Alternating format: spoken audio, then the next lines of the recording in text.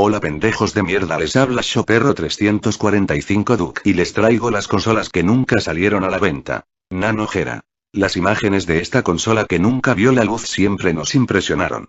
Su diseño era una suerte de control de consola, pero con una pantalla integrada. Estuvo en desarrollo hasta 2003 y apuntaba a ser una portátil de código abierto con lugar para guardar hasta 12 juegos en la memoria interna y hasta pensaba incluir herramientas y un SD card para que los jugadores puedan crear sus propios juegos. También incluía varios componentes, como USB, infrarrojos y conexión a televisión.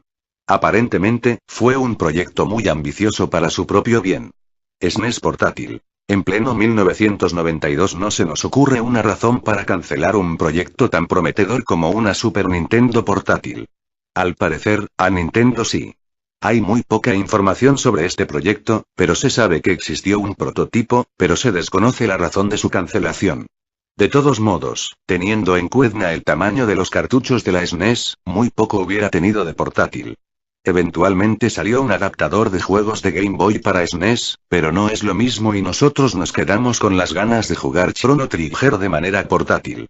Konix Multisystem. Konix fue una compañía inglesa popular por crear periféricos para consolas, pero en 1990, decidió crear su propia consola de 16 bits.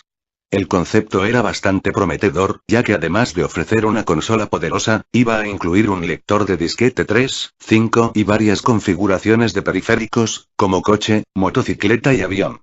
Antes de su salida, y eventual cancelación, se habían desarrollado 4 juegos, uno de carreras y un port de Shadow of the Beast.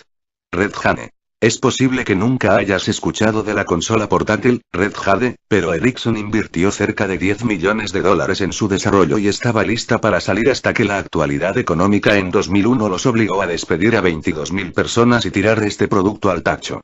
Se veía bastante bien, con funciones inspiradas en los BDAS, conexión inalámbrica, soporte para películas VIX, capacidad gráfica a la altura de la PlayStation original y la posibilidad de descargar los juegos directamente a la consola. Una verdadera lástima. Sega VR. En la época que Sega todavía hacía consolas, tenía una economía lo suficiente poderosa como para hacerle frente a Nintendo y cuando el Virtual Boy era un prototipo, Sega estaba trabajando en su sistema VR, que en su interior tenía pantallas LCD color y auriculares estéreo. Y hasta tenía sensores que le permitían detectar movimiento y reaccionar al movimiento de la cabeza del jugador. La consola estaba diseñada alrededor de los juegos de aventura y acción en primera persona. En total, se desarrollaron 4 juegos en cartuchos de 16 MB, pero antes de que salga a la venta fue cancelada por temor de los directivos y varios reportes de mareos y daños luego de uso prolongado. Taito Wow Wow. En su momento, Taito estaba desarrollando su propia consola de 16 bits para competir con la Genesis de Sega y se la pudo ver en la Tokyo Expo. Los juegos iban a producirse en CDS y también podían descargarse a través de un servicio en línea que planeaban ofrecer cuando salga a la venta. Al parecer, se fabricaron algunos prototipos para hacer pruebas de marketing pero al poco tiempo fue cancelada. Ultravision. Pocas consolas sonaban tan prometedoras como la Ultravision, que además de jugar sus propios juegos iba a soportar la utilización de juegos de Atari 2600, Intellivision y ColecoVision. Al parecer no iban a tener problemas legales y seguramente hubieran vendido muchas, tan solo por ahorrar espacio.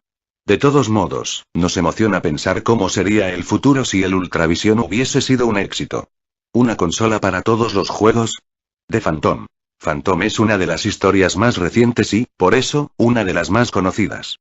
En 2002, la compañía Infinium Labs anunció a través de una nota de prensa que estaría lanzando una nueva plataforma de juego revolucionaria, capaz de jugar los más recientes títulos de PC y distribuirlos a través de la web. En su momento, declararon que dentro de la consola habitaría un procesador AMD Athlon XP 2600, una tarjeta gráfica Nvidia NV36, 512 MB de memoria RAM y un disco de 80 GB.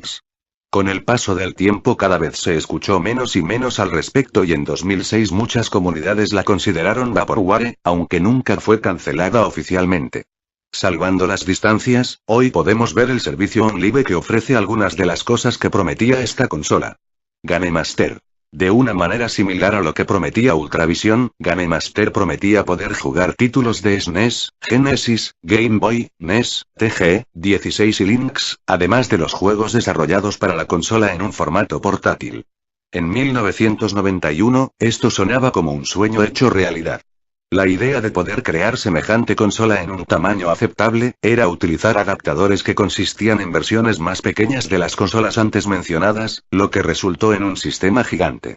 Como era de esperarse, el tan esperado Game Master terminó convirtiéndose en humo y nuestras esperanzas, rotas, una vez más.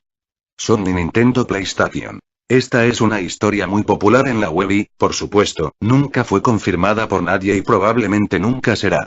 Lo que sí se sabe que fue real, fue una asociación entre Nintendo y Sony para crear un componente que le agregue CD a la SNES, con la idea de competir con el Mega de Sega. Eventualmente Nintendo canceló el proyecto y, según dicen, Sony tomó el concepto rechazado y lo transformó en la PlayStation original. De allí en más son todos rumores sin evidencias, pero hasta se dice que en algún momento el nombre PlayStation le perteneció a Nintendo. Sea como sea, queda la idea de lo que podría haber sido el resultado de esta asociación entre los dos gigantes que hoy pelean en el mismo mercado y para qué lado hubiera evolucionado la industria de haber existido esta consola. iPlay de Apple, que comenzó como una consola de hogar y luego pasó a ser un sistema portátil para luego ser cancelado por completo. Atari Jaguar Duo. El Jaguar Duo era una propuesta por parte de Atari, de comercializar un Jaguar con su expansión de CDS integrada.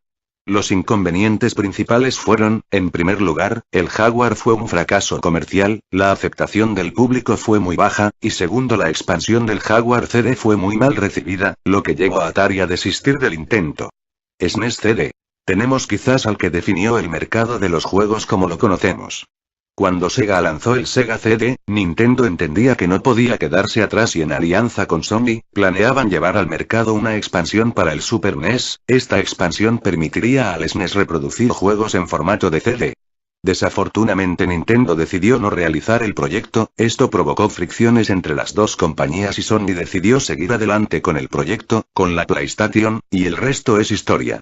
Está claro que no son solo los juegos los que hacen evolucionar la industria hacia una dirección específica, sino que también dependen de las consolas y sistemas que tienen éxito. De seguro no estaríamos jugando los mismos juegos si el Virtual Boy o la Sega Dreamcast hubieran sido tan exitosos como hoy son la Xbox 360, PS3 o la Nintendo 3DS. Y no solo nos referimos a la clase de juegos que jugaríamos, sino a las consolas que se hubieran desarrollado.